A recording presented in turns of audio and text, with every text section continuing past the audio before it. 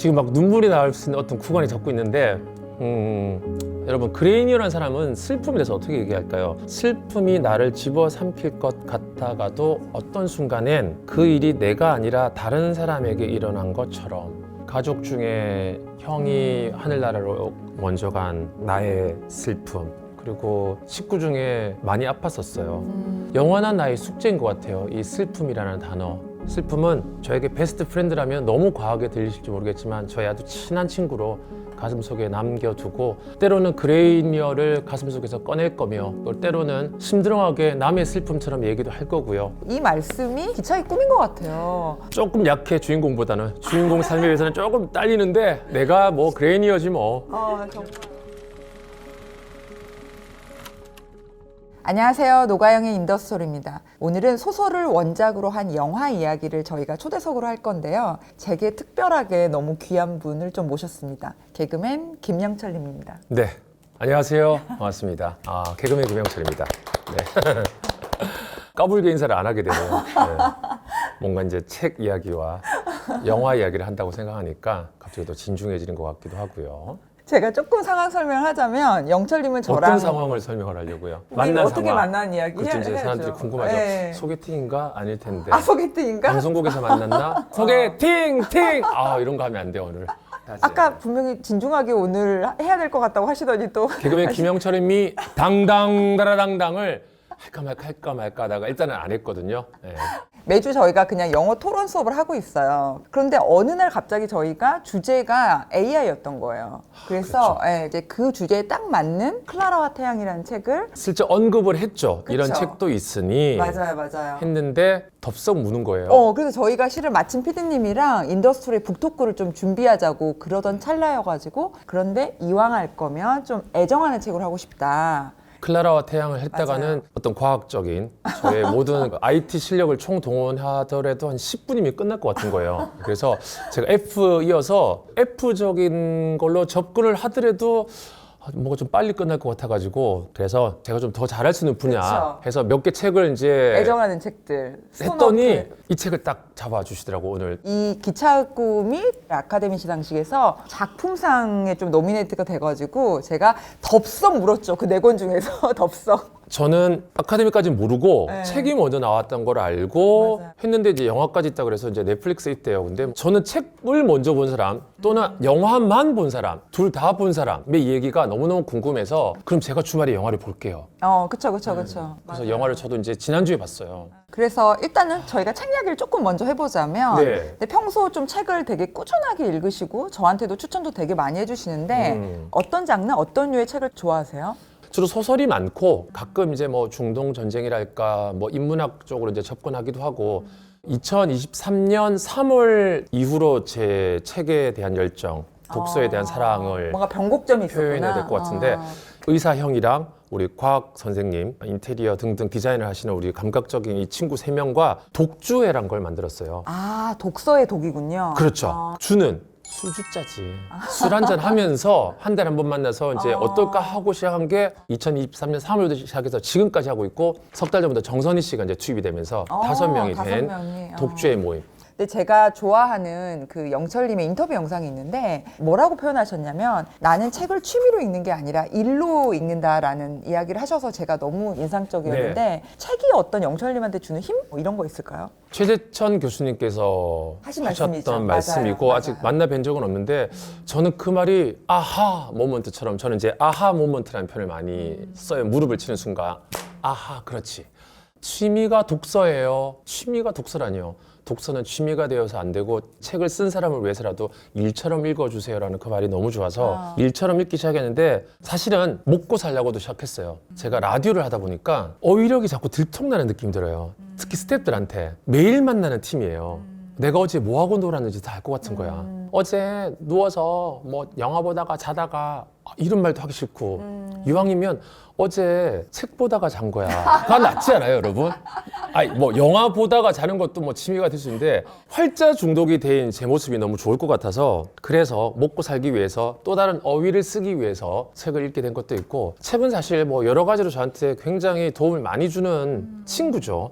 그래서 이제는 좀 기차 꿈 이야기로 조금 더 들어가 봐야 되는데 아직 책 책과 네. 이 영화를 아예 접하지 못하신 분들이 있어서 제가 좀 짧게 요약을 좀 한번 해볼게요. 네네. 한 줄로는 그냥 로버트 그레이니어라는 한 남자의 일생, 그냥 한 줄로는 이건 것 같아요. 한 줄로 이건데 20세기 초에 이제 미국 북서부가 산업화 움직임이 막 있을 무렵에 철도 건설을 위해서 벌목 노동자로 살다가 산불로 아내와 딸을 그냥 한순간에 잃어버리죠. 그러면서 80년의 인생을 그 동네를 떠나지 않고 그 동네를 지키면서 인생을 홀로 살아가는 그 스토리로는 굉장히 간략한데 말씀하신 대로 굉장히 많은 어떤 내용들을 이제 함축하고 네. 있죠. 작가는 데니스 존슨이라는 해밍웨이 이후에 가장 시적인 단편 작가라고 알려져 있고요. 근데 실제로 시인 출신이더라고요. 데니스 네. 존슨이. 그리고 이제 2024년 이 책이 뉴욕타임즈가 발표한 21세기 가장 위대한 최고책 100권에 또 선정되기도 했습니다. 네. 무게 가벼움에 정말 반대되는 아주 묵직한 진중함과 정말 무거움이 있죠, 이 책은. 그리고 자연 속에서만 계속 살고 있잖아요. 거의 뭐 사람과도 고립이 되어 있고,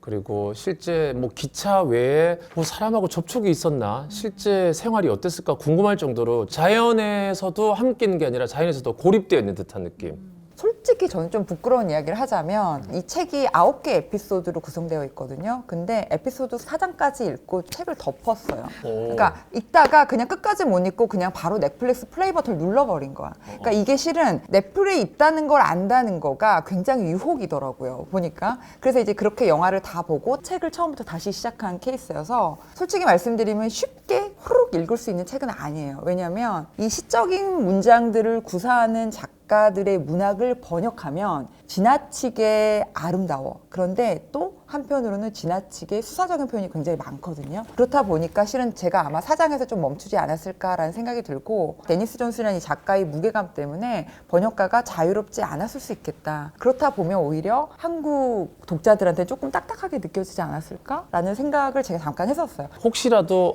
너무 배경 지식이 딸려요 그러면 1917년의 미국의 상황들 한번 검색을 해보시고 그리고 그 이듬해 여러분 1차 세계대전이 일어나고 그리고 또 한 10여 년이 지나서 미국에 대공황이 일어나고 아 기차가 생겨날 때쯤이었구나. 그래서 벌목공이 많이 필요했구나. 맞아. 미국도 1910년, 20년, 30년이 진화하고 발전하는 시기였으니 분명히 죽기도 다치기도 고생을 많이 했던 그 시기였을 텐데 그런 사건들, 배경들을 조금 생각을 해보시고 쉽지는 않아요. 왜냐하면 가족을 잃어버리고 그 가족을 기다리고 이런 내용이다 보니 혹시 우리 2030 젊은 독자분들은 나의 아버지와 삼촌, 나의 엄마 이런 사람들 한번 생각해 보시면서 그렇게 접근하셨으면 좋겠고 난이도 치면 한 중상 정도가 되지 않을까. 그렇죠. 휘리릭 넘어가는 책은 아니에요. 예. 근데 어떻게 이 140페이지 안에 이 사람의 80인생이 다 담겨 있잖아요. 맞아. 수사, 화려한 문장, 비유, 유머 등등이 다 있는데 슬프게 안 써놨어요. 담담하게 써놔서 그래서 미치겠는 거예요. 왜? 예전에 제가 김수현 선생님이 드라마 부모님 전상서를 했는데 극중 대사인데 어떤 디렉션은 없어요. 엄마가 작년에 암 수술 받고 너무 힘들었었거든 했더니 다시 엄마가 어떻게 해야 되지 했더니 감독님이 누가 여기서 울면서 연기를 하니 담백하게 툭 치래요. 아 나도 작년에 엄마가 병원 가서 암 수술하고 좀 힘들었거든. 너도 그렇지? 이게 보는 사람들도 더 슬프게. 근데 어쩜 좋냐 이 일을 어쩜 좋냐 아내가 없어졌다 아내가 사라졌다 나는 오늘도 이게 아니라 그냥 그걸 계속 여러분 그냥 한번 빠져들어가지고 한 남자의 딱한 아주 안 된 나에게도 이런 일이 혹시 일어난다면 이 사람은 어떻게 이겨나가는지 그런 걸 관전 포인트로 보시면서 한번 읽어보시기 바라겠습니다. 완전히 동의를 하는데요. 이 담담한 어떤 관조적인 관점에 이 해설이 왜 가능하냐면 소설에서는 실은 주인공이 쓴 게 아니라 전지적 작가 시점이고요. 그리고 영화에서는 내레이터가 계속 나오거든요. 네. 그 내레이터가 이 주인공이 아니라 정말 제3자인 거죠. 그렇다 보니까 훨씬 더 약간 담담하게 관객들이나 이 독자들이 더 느꼈던 것 같아요. 그래서 이제 저희가 조금 영화 이야기를 네. 조금 넘어가 보려고 하는데 영화 기차의 꿈은 데니스 존슨 작가의 중편 소설을 각색한 거고요. 그리고 썬댄스 영화제에서 처음으로 공개가 됐습니다. 썬댄스 영화제 상영된 작품을 넷플릭스 관계자들이 보고 그냥 확 그 자리에서 픽업을 해가지고 글로벌 전 세계 배급권을 확보한 작품이고요.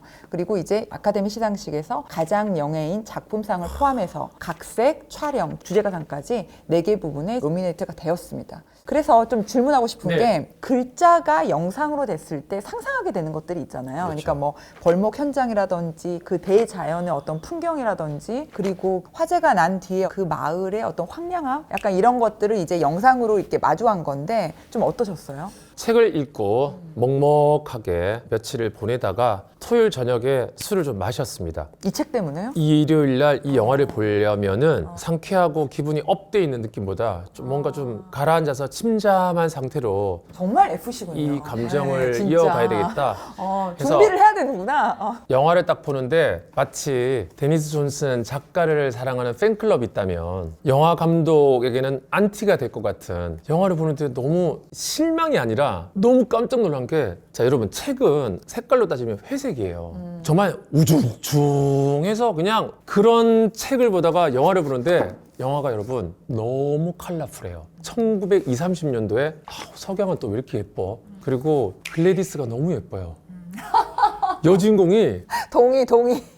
팔베기하고 자기가 안 떠났으면 좋겠다고 그때 그 조명과 그 돗자리와 1930년도에 저런 예쁜 돗자리가 있었다고? 그러니까 1930년도에 태양이 예뻤겠죠. 어쩌면 그때가 더 예뻤겠죠. 지금보다 때묻지 않았으니. 그런데 영상으로 주는 화면이 사실은 너무 아름다워서 저는 좀 약간 어떤 배신감과 제가 너무 회색 톤으로 읽어낸 이 책을 저는 실은 영화 2번 봤거든요. 오. 처음에는 보이지 않았는데 영화를 2번 보니까 보였던 장면이 뭐냐면 통상적으로 영화나 드라마에서 인물을 잡을 때 여기에서 웨이스트 샷으로 많이 잡거든요. 그래야지 시청자들이 가장 안정적으로 느끼는 프레임이 딱 여기란 말이에요. 그런데 오히려 이렇게 잡고 있네요. 그렇죠. 그런데 이제 기차와 꿈에서는 이상하게 가슴과 어깨에서 많이 잘라요. 여기서 자르다 보니까 상단 여백이 많이 남고 이제 거기에 뭘 담냐 이 침엽수하고 이제 하늘 같은 거가 이제 꽉 차거든요. 그러다 보니까 인물들이 완전히 이렇게 눌려서 보이거든요. 결국에 사실 화재도 자연 앞에서 우리가 어쩔 수 없었던 재난이었었잖아요. 그런 것들을 조금 인간의 무력함과 대자연의 광대함을 보여주기 위한 어떤 장치가 아니었을까라고 생각이 되는데 마침 또 촬영상 후보에도 올랐죠. 네. 이번 아카데미에서.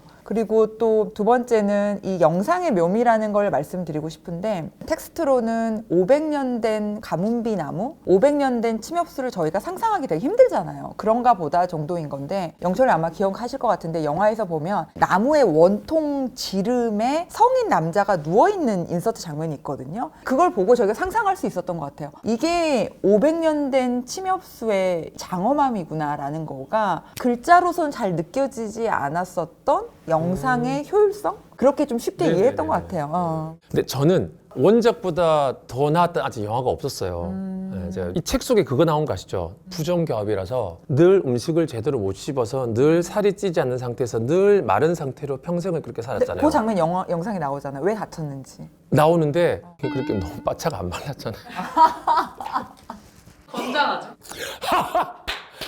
우리 감독님 건장하다 그랬는데 벌목을 하다 보니 상체가 근육질에 건장할 수 있는데 책 속에 너무 못 먹고 비쩍 마른 거에 비하면 키도 너무 크고 너무 건장해서 아니 뭐 손이랑 뭐 모든 모습은 슬프고 다 애잔하고 이거 짠해요. 감독님 변호해야 돼. 내가 벤틀리 감독을 변호하자면 가장 큰 영화 책의 차이가 뭐냐면요. 영화는 시대순으로 가거든요. 그런데 이 소설책은 계속 교차 편집이 돼요. 왔다 갔다 교차 하죠. 편집이 되다 보니까 약간 혼선이 있을 수 있는 게 벌목 노동꾼에서 다친 거가 한참 일할 때가 아니라 맨 마지막에 거의 할아버지가 돼서 다치거든요. 그리고 책에서는 그게 앞부분이 나오지만 여기가 뭔가 교합이 안 맞아서 그 이후에 먹지 못한다. 그러니까 굉장히 후기 때의 일이다. 그래서 건장한 청년과 그 벌목꾼의 모습은 중년층까지다. 저는 사실 이 책이 시작하면서 저를 딱 잡았던 게 이 사람이 가족을 잃었던 원인이 뭐였을까, 뭘로 풀까 했는데 중국인을 살해하는데 가담하는 내용이 잠깐 나와요. 어떤 때는 자신이 하마터면 살인의 손을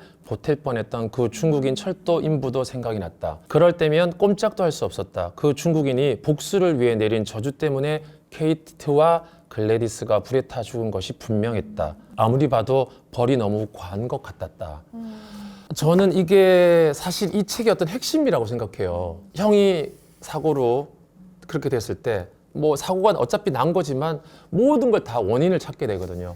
그래서 그레인이어도 아마 분명히 가담했던 그 찝찝함으로 80평생 내내 영화에 이걸 좀 더 표현을 해주었더라면. 실은 이 시대적인 배경이 아까 영철님께서 말씀하셨듯이 서부 개척 시대에서 이제 산업화로 이게 넘어가기 위한 그 중간 과정이거든요. 이러다 보니까 이때 미국이 굉장히 많은 노동력이 필요로 했던 거예요. 그래서 이때 굉장히 많은 중국 노동자들이 미국에 오게 되고 그러면서 중국인 혐오가 굉장히 많이 이제 이 시장이 열리게 된 거죠. 그러면서 이제 그 중국인 살인 장면이 일어나는데 근데 이게 저도 그 의도를 정확하게는 모르겠는데 영화에서는 간접적으로 보는 장면만 나오고요.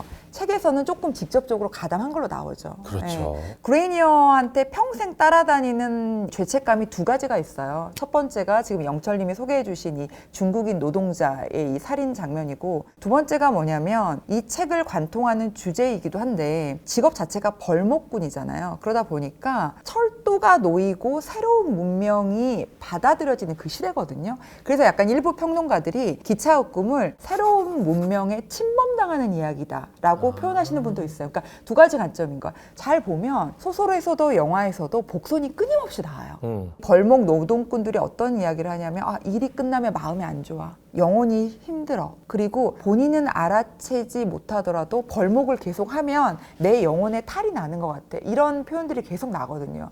이게 아까 제가 이야기한 500년 된 나무라는 것도 생명이잖아요. 평생 그 생명을 벌목하는 어떤 직업을 가진 사람들이라서 벌목이라는 거가 대자연을 거스리는 거고 이거를 독자도 느끼고 시청자도 느끼고 그레니어도 이걸 느끼고 있기 때문에 화재로 가족을 잃고 나서도 혹시나 그 중국인 노동자 때문이었나?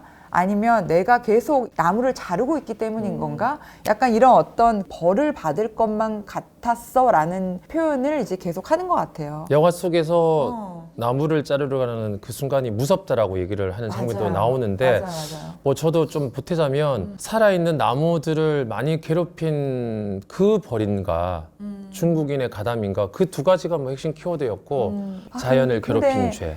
둘 다 아니잖아요, 결국에는. 근데 이제 주인공은 이제 계속 이렇게 느꼈던 것 같고, 그리고 저는 영화에서 잠깐 스쳐 지나간 인물이었지만 중요한 인물이라고 생각하는 게 그 백발의 할아버지. 안 피플스. 네, 안 피플스인데, 안 피플스가 이런 이야기를 하죠. 그러니까 나무에게 칼날을 밀어 넣으면 그 나무가 언젠가는 살인자가 된다, 나한테. 약간 그게 굉장히 무섭고 섬뜩한 대사였던 것 같아요. 그리고 실마리 하나를 당길 때마다 설계가 어떻게 무너질지 몰라. 이런 이야기도 실은 벌목의 그 무서운 이야기를 지금 하고 있으면서 그 안 할아버지가 그래서 나는 직접 자르는 건 안 해. 이런 이야기도 하죠. 근데 이제 그 이야기를 할아버지가 할 때 건강한 나무꾼이 어떤 이야기를 하냐면 앞으로 1000년 더 발목해도 나무는 넘쳐날 거야. 이런 이야기를 하잖아. 근데 2026년에 지금 전 세계적으로 살림이 그런 상황도 아니잖아요. 그러니까 그런 이야기들이 굉장히 전체를 관통하는 메시지가 아니었나라고 생각이 드는 것 같아요. 선조들로 인해서 우리가 결국 기차가 만들어졌고 벌목을 통해서 가구도 만들었을 테고 종이도 만들었을 테고 사실 우리가 그들 덕분에 100여 년 전, 200여 년 전 우리가 조상들, 선조들 통해서 행복한 삶을 누리고 있는 건 사실인데 보면서 진짜 그런 생각이 많이 들더라고요. 제가 그 시절에 태어났더라면 나도 끌려가서 또는 먹고 살기 위해서 나무를 자르고 기차 선로를 놓고 그래야 되는 직업을 택하지 않았을까라는 생각이 드는데 보는 내내 그런 것들이 마음이 좀 많이 아팠던 것 같아요. 그러니까 기차흑금이 지금 넷플릭스 무비다 보니까 아무래도 대중들한테는 책보다는 조금 더 영화가 접근성이 더 좋잖아요. 그래서 영화에서 가장 인상적이었던 장면들 아니면 뭐 소설에서의 어떤 문구 말씀해 주셔도 좋을 것 같고. 네, 여러분 그레이니어라는 사람은 슬픔에 대해서 어떻게 얘기할까요? 제가 한글 자막을 보다가 영어는 어떻게 할까 딱 봤더니 It feels like the sadness will just eat me alive, but sometimes it feels like it happened to somebody else. 한글 자막으로 뭐였냐면 슬픔이 나를 집어삼킬 것 같다가도 어떤 순간엔 그 일이 내가 아니라 다른 사람에게 일어난 것처럼 아까 제가 형의 상실, 형이 하늘나라 간 이후에 제가 느꼈던 그 감정이 맞다면 여러분 이게 몇 년은 미칠 것 같았어요. 근데 남일 같기도 하거든요. 형 얘기를 할 때 너무 심드렁하게 얘기할 때가 있어요.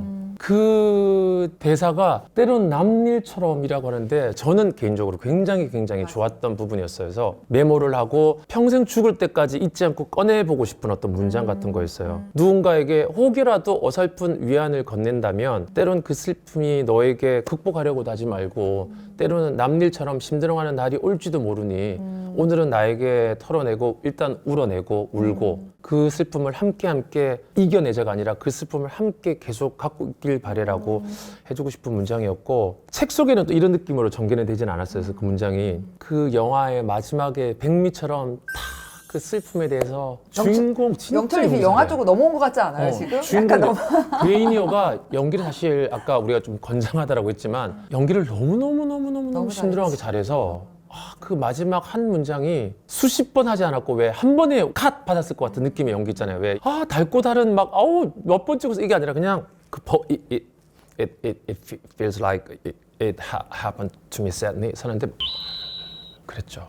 여기에서 좀 연결을 해보자면 이 슬픔 자체가 우리가 감히 상상을 못 하잖아요. 그러니까 정말 나를 집어삼키는 슬픔, 아까 표현하신 대로 그 정도의 슬픔인데 제가 이 영화에서 더 슬펐던 건 뭐냐면 대부분이 이 정도의 슬픔이면 그 공간을 떠나거든요. 그런데 그레이니어는 그 여든까지 그 자리를 그대로 지키면서 가족들을 이제 기다리는 마음 반, 그 다음에 어쨌든 간에 이거를 받아들이려는 마음이 있었던 것 같아요. 너무 그 FM적인 삶을 그냥 고지곧대로 살아가셨던 분인 것 같아요. 그래서 그 다음 대사가 또 뭐였었냐면 그레이니어한테 한 거가 세상에는 강단의 설교자 같은 사람만 있는 게 아니다.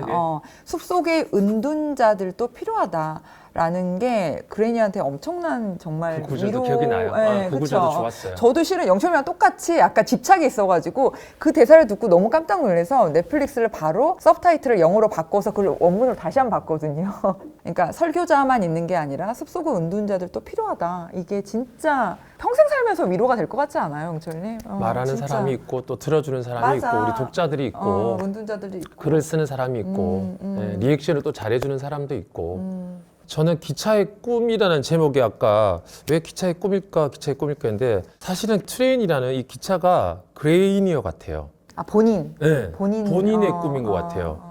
처음부터 기차를 타고 왔고 기차 일할 때도 도움을 주었고 그가 위안을 받는 곳은 기차 안이었던 것 같아요. 가끔 기차를 타고 읍내를 나가고 또 기차를 타고 오고 그 똑같은 반복이잖아요. 그리고 기차는 계속 그 목적을 향해 계속 나아가거든요. 기차가 선로를 벗어나지 않잖아요. 선로를 벗어나면 사고예요. 근데 이분이 80년 동안 책에 그거가 나오잖아요. 술을 마시지도 않았고 큰 사건이 딱히는 없었어요. 그 가지고 이런 거 빼고는. 성실한 FM 같은 그러니까 기차 선로 같은 삶이었어요. 벗어난 적이 없는. 그래서 사실 딱히 기차 노동자로 나오는 것도 아니고 기차에 도움이 되는 벌목 등등을 하는데 왜 기차의 꿈일까? 영상 속에서 기차를 2번 탄 거, 기차가 도착했을 때 집이 불이 난 거, 기차랑 다 연결되는 건 맞아요. 그런데 이 성실함과 벗어나지 않고 똑같은 선로를 80년 동안 지켰던 기차가 그레이니어가 아니었을까. 너무 맞는 말인 것 같아요. 왜냐하면 저는 실은 했어요. 영철님의 말씀을 들으면서 제가 정리가 된 건 뭐냐면 내레이터가 이런 이야기를 하거든요. 침엽수를 계속하면서 실은 선로를 세우는데 세월이 흐르니 우리가 예전에 만들었던 게 필요가 없어졌다는 이야기를 하거든요. 그런데 트레인은 그대로야. 트레인을 받치는 것들은 계속 또 새로운 문명이 들어오는데 이 트레인은 그대로고 그러니까 그 선로라는 게 벗어나기도 힘들고 통로 자체가 늘 딱 정해져 있는 틀이 있잖아요. 그래서 아마 그 기차를 인용해서 많은 걸 데니스 존슨 작가가 심어주려고 한 게 아닐까. 그렇죠. 그리고 굉장히 FM적인 그레이니어의 어떤 단조로웠던 삶. 그리고 그 1920, 30년대 버스도 이런 느낌 딱 안 오잖아요. 배도, 비행기는 더더욱. 기차가 주는 아련함이 있잖아요. 지금 생각하니까 요즘 뭐 KTX가 있는 시대지만 그때 얼마나 완행열차였을까요? 성수동에서 아마 압구정 넘어가려면 1시간 걸렸을걸요? 근데 지금은 뭐 지하철 타면 5분, 10분이니까. 그래서 실은 저는 이거 진짜 개인적인 질문이에요. 왜냐면 제가 약간 정리가 안 돼서 영철님이랑 한번 이야기를 해봐야겠다라는 부분인데 영화 엔딩에서 그레이니어가 $4를 내고 경비행기를 타거든요. 네. 그런데 그때 약간 영화에서는 좀 웃죠. 웃는 모습이 처음으로 나오는데 어디가 위인지 아래인지 감각이 사라진 순간 마침내 모든 것과 연결된 걸 느꼈다. 네. 그것도 어떻게 해석했는지 궁금해요. 그 부분이 영화에서는 엔딩이죠. 그쵸. 사실 이제 영화 엔딩인데 그 생각을 해봤어요. 처음 경험하는 일이었을 테고 거금의 돈을 $4를 내고 기차만 타던 그레이니어가 비행기를 처음 타봤습니다. 그런데 우리에게 던져주는 말이었던 것 같아요. 마치 그레이니어가 나 잘 살았으니 걱정하지 말라고 던져주는 것처럼 사실은 완벽하게 이해는 못했지만 언뜻 저는 그렇게 접근하고 싶었어요. 연결되었다는 것이 뭘까? 마치 이제 이 세상을 떠나게 됐다는 어떤 신호처럼 느껴졌어요. 이제는 글래디스와 케이트를 만날 수 있으니까. 그래서 처음부터 고아였고 고립되었고 자연 속에서도 혼자 뭐 친한 친구가 없었잖아요. 뭐 거의 뭐 인디안 친구나 뭐 몇 명 있었지만 늘 인생이 혼자였는데 설명할 수 없는 비행기를 타보니 감각이 잘 모른다고 그랬잖아요. 위인지 아래인지 옆인지 뭔지. 맞아. 뭔가 자기를 위안했던 것 같아요. 이제야 조금은 알 것 같다 인생이 결국은 다 연결되어 있음을 저희들한테 툭 던져준 것 같아요. 인생 너무 고립되게 떨어져서 혼자라고 생각하지 말아라. 비행기를 타고 위아래 정신없이 지내다 보니 결국 우리가 사는 게 다 연결되어 있는 거였단다. 친구가 없는 또는 괴로워하고 고독하고 외로움을 느끼는 사람들한테 마지막으로 이 영화 던져주는 메시지 아니었을까요? 부끄러운 이야기를 하자면 전 처음에 그거를 경비행기가 막 이렇게 돌잖아요. 그러니까 모든 게 위아래가 뭐 감각이 저기 연결되어 있음을 느낀다 이렇게 말씀하시니까 약간 케이트와 이제 글래디스는 하늘에 있잖아. 나는 지상에 있고 이게 연결된다. 약간 단편적으로 처음에 아니 나 생각한 거야. 그것도 맞는 것 같아요. 아 진짜? 이제 너무 직관적인 거 아니야? 아니 하늘 나라로 왔으니 네, 이제 네, 하늘이니 이걸로 하늘을 날면 둘이 연결되지 않을까? 또 제가 든 거는 이 영화의 메시지를 실은 거대한 자연 앞에 나약한 어떤 인간이라는 것도 하나의 축이라고 생각해서 자연과의 어떤 인류와의 어떤 연결을 이야기할 수도 있겠다 막 이런 생각을 했었던 것 같아요. 영철님 제가 마지막으로 딱 한 질문만 좀 할게요. 그러니까 폐허가 된 지역에 발을 들여놓자마자 심장의 고인 슬픔이 검게 변해서 정화되는 것이 느꼈다. 정말 너무너무 어떻게 이런 글을 쓰지라는 그 정도의 문장인데 우리가 이제 그레니어만큼은 아니더라도 왜 우리 모두 그냥 심장이 막 아플 만큼의 고통의 슬픔이 늘 있잖아요. 네. 그러니까 그럴 때 자기 몫의 슬픔과 고독을 영철님은 어떻게 지금까지 버티고 이겨내시는지 저희 시청자분들한테 좀 네. 말씀해 주시면 좋을 것 같아요. 그런 생각을 많이 해봤었던 것 같아요. 가족 중에 형이 하늘나라로 먼저 간 나의 슬픔 그리고 식구 중에 많이 아팠었어요. 아, 그 벌칙을 내가 받을 수도 있었는데 때로는 내 형제가 갖고 있을 때 이걸 행운이라고 해야 될까 오히려 불운이라고 해야 될까 영원한 나의 숙제인 것 같아요. 이 슬픔이라는 단어. 근데 여러분 안 슬픈 사람이 있을까요? 특히 제가 방송하는 사람이다 보니 내가 아무것도 없었다면 과연 사연을 읽고 청취자를 위안할 때 어떤 걸로 위안을 해주었을까? 제가 작년에 일본어 시험을 한번 떨어졌어요. 근데 떨어지고 나니까 비로소 면접에 떨어진 사람, 최종에서 안 된 사람이 보이기 시작하는 거예요. DJ가 슬픔과 또는 실패를 맛봐야 최고의 DJ가 될까? 참 아이러니하잖아요. 아 진짜 아이러니하다 그거는. 근데 제가 떨어졌던 다음 날 우리 제작진들 참 센스 있고 어떻게 보면 잔인할 정도로 센스 있죠. 떨어진 사람 사연만 자꾸 보내는 거야. 오빠 저도 이번에 4차 최종 면접이 떨어졌어요. 근데 내가 눈물이 나는 거예요. 본인이 준비했던 만큼 속상한 날도 있을 거예요. 근데 내가 왜 떨어졌는지 한번 원인도 보시고 제가 왜 떨어진지 보니까 제가 공부를 제대로 안 했더라고요. 모든 게 원인이 있을 거예요. 울면서 위안을 시작하는데 이게 슬퍼야 하는구나. 때로는 고독해봐야 되는구나. 또는 외로워봐야 하는구나. 그래야 그 사람의 마음을 알 수 있더라고요. 그래서 내게 슬픔과 결핍을 주고 간 형이 사실 저는 너무너무 감사하죠. 그래서 제가 울다가 웃었다 책에 그렇게 썼어요. 나의 결핍과 이렇게 날이 좋은 날에 눈물을 흘릴 수 있는 F 감성을 가지게 해준 형에게 다시 한 번 더 감사드리고 10대 때 돌아가셨기 때문에 술 한잔 해보지 못했던 형이랑 하늘나라에서 꼭 술 한잔 하고 싶다. See you later 이렇게 제가 그 책 속에 편지를 쓴 적이 있는데 제가 2024년 1월부터 365일 동안 1년 동안 데일리 필로소피라는 하루 1일 1철학이라는 책 스토아학파 책을 매일 읽는데 거기서 여러분 슬픔이 어떻게 나왔냐면요 여러분 이렇게 나왔어요. 쾌락과 분주함으로 덮는 슬픔은 다시 일어난다. 다시 읽었어요. 입으로 읽었어요. 쾌락과 분주함으로 덮는 슬픔은 다시 일어난다. 줄을 치고 쾌락과 분주함으로 덮는 슬픔은 다시 일어난다. 세상에 어떻게 이런 문장이 있을까요? 술을 흥청망청 또는 여행을 가면 슬픔이 잊어질까 절대 잊혀지지 않는다는 걸 그날 배우고 그리고 작년 2025년도에 오해 겐잡으로 읽는 인간을 읽다가 이제 슬픔은 결국은 극복해내는 것이 아니라 내 가슴 속에서 담아두면서 또 다른 층위의 삶을 계속해서 이겨내고 보여주는 그 과정이라는 걸 보면서 아 슬픔을 극복하려고 했구나. 저는 슬픔을 극복하지 않을 거예요. 슬픔은 저에게 베스트 프렌드라면 너무 과하게 들리실지 모르겠지만 저의 아주 친한 친구로 가슴속에 남겨두고 때로는 그레이니어를 가슴속에서 꺼낼 거며 또 때로는 심드렁하게 남의 슬픔처럼 얘기도 할 거고요. 그랬으면 좋겠고요.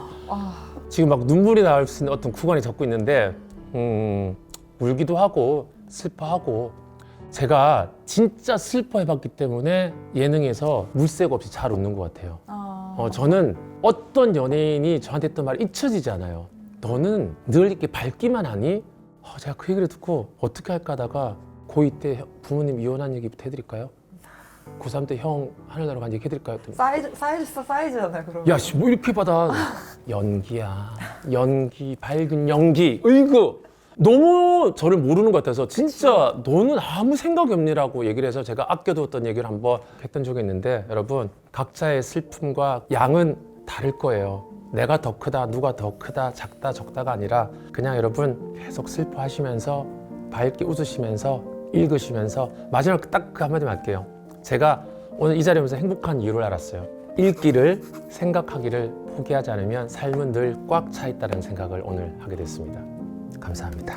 아니 제가 마지막 질문 드리기 너무 잘했다고 생각이 드는 게 이 말씀이 그레이니어인 것 같고 이 말씀이 오늘 기차의 꿈인 것 같아요. 조금 약해 주인공보다는 주인공 삶에 비해서는 조금 딸리는데 내가 뭐 그레이니어지 뭐 아니요 정말. 그런 감정으로 이입하고 읽었어요. 아마 감정을 진짜. 이입하고 네. 읽어보세요. 너무 감사합니다. 네, 영철님. 감사합니다. 네, 네. 네. 오늘 인더스토리는 이 소설을 원작으로 한 이 영화 이야기, 기차의 꿈 이야기를 해봤는데요. 영철님이랑 제가 공부하는 인연에서 출발해서 오늘 이렇게 저희 채널에 좀 귀하게 시간 빼주셔서 너무 감사합니다.